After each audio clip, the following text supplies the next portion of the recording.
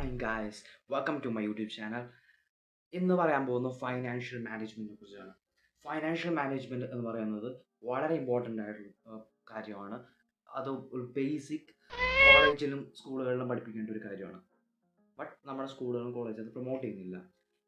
First rule എന്ന് പറയുന്നത് save your self, pay your self first.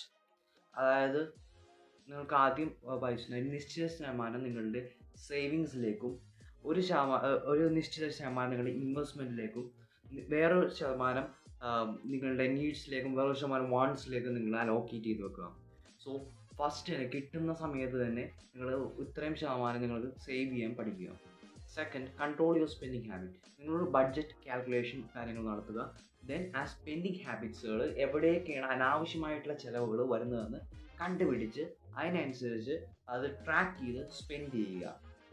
Third thing എന്ന് പറയുന്നത് നിങ്ങളുടെ ക്യാഷ് ഇൻഫ്ലേഷനിൽ നിന്ന് രക്ഷപ്പെടുത്താൻ വേണ്ടി സ്റ്റോക്ക് മാർക്കറ്റ് മുതലായവയിലേക്ക് നിക്ഷേപിക്കുക. Thank you. കൂടുതൽ വീഡിയോയ്ക്ക് സബ്സ്ക്രൈബ്